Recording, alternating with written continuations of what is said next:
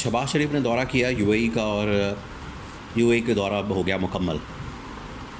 और मुकम्मल होने के बाद शहबाज शरीफ ने और उनकी पूरी जो काबीना है, जो गवर्नमेंट है, उन्होंने आके यहाँ पर ढोल बजाना शुरू कर दिया। अब ढोल भी देखें, एक तो बंदा कामयाबी की खुशी मनाए और कामयाबी का जश्न मनाए, चले समझ आती है बात। ये एक दौरा करके आते हैं दुबई का। दुबई तो यहाँ पर हर बंदा ही होके आ रहा है, और ये आते हैं ऐसे जैसे केटू फ़तह कर लिया इन्होंने, फ़लस्तीन आज़ाद कर लिया, कश्मीर फ़तह कर लिया। इस तरह से आके यहाँ पर ढोल बजाएंगे, शोर मचाएंगे, वावेला करेंगे।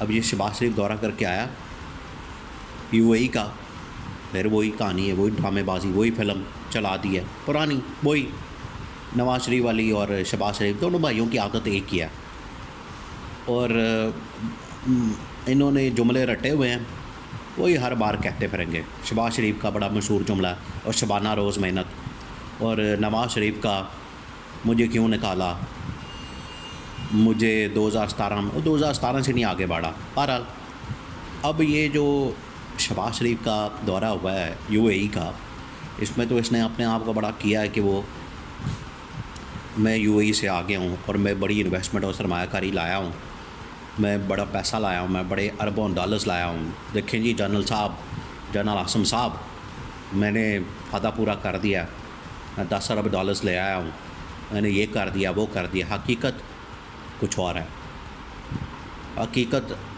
बिल्कुल इससे मुख्तलिफ है।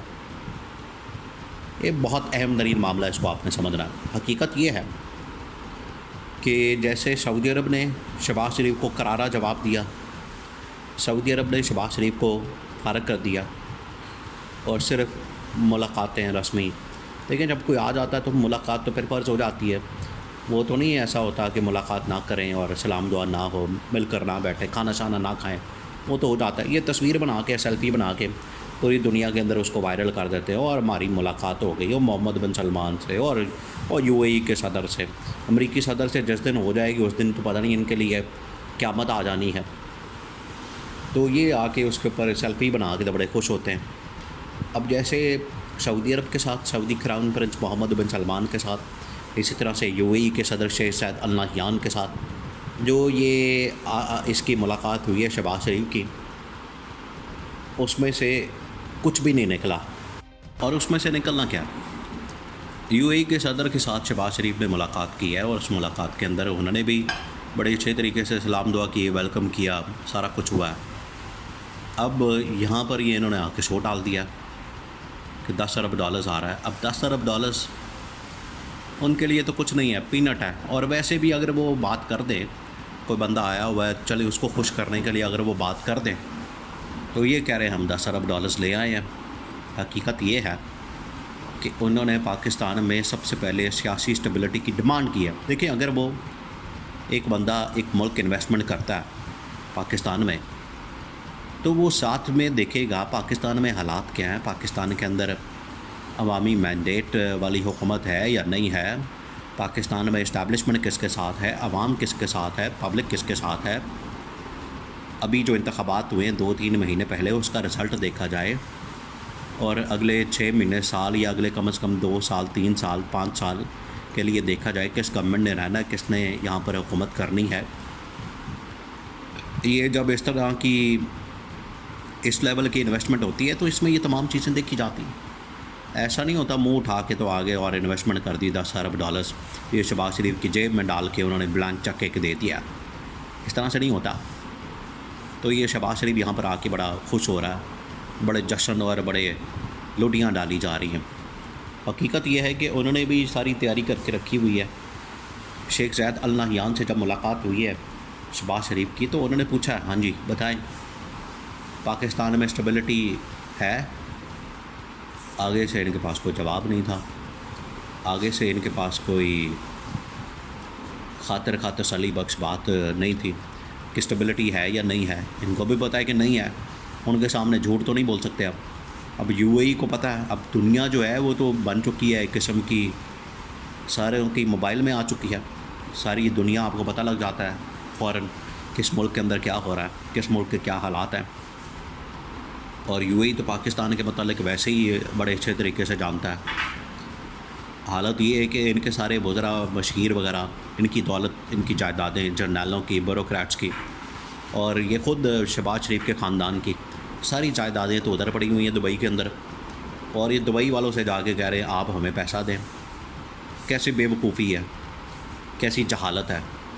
वो कह रहे हैं कि भाई आपका जो पैसा यहाँ पर इतना दौलत, इतना पैसा, माल पानी पड़ा हुआ है, वही आप ले जाएं, आपको कर्ज़ों की ज़रूरत नहीं पड़ेगी।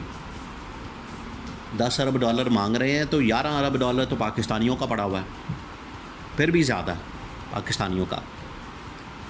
तो अब शेख ज़ायद अल नहयान ने असल में डिमांड की है, उन्होंने कहा सबसे पहले स्टेबिलिटी से मुराद ये कि इमरान खान की रिहाई, सीधी बात है, बगैर कोई लगी लिपटी के उन्होंने सीधा कहा है कि सबसे पहले पाकिस्तान में सियासी स्टेबिलिटी। इमरान खान के ख़िलाफ़ ये जो इंतकामी कार्रवाई इमरान खान के ऊपर, अभी आपको पता है कि इस्लामाबाद में उन्होंने दफ्तर के ऊपर हमला कर दिया, तोड़ दिया, कारकुनों को उठा रहे हैं, पकड़ दकड़ हो रही है, मुकदमात बन रहे हैं, केसेस हो रहे हैं, लड़ाई झगड़े हो रहे हैं, अदलिया इस्टेब्लिशमेंट आमने सामने है, फटे पड़े हुए हैं, समझ नहीं आ रही मुल्क का करना क्या है, जा किस तरफ रहा है। तो उन्होंने कहा है कि इस माहौल में तो इन्वेस्टमेंट की सोचें भी ना, 10 अरब डॉलर्स हम दे देंगे।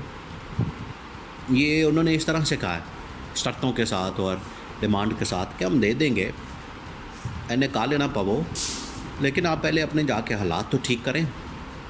शहबाज शरीफ को ये कह के भेजा, पहले जाके अपना मुल्क संवारो, ऐसे ही मुँह उठा के मत आ जाओ।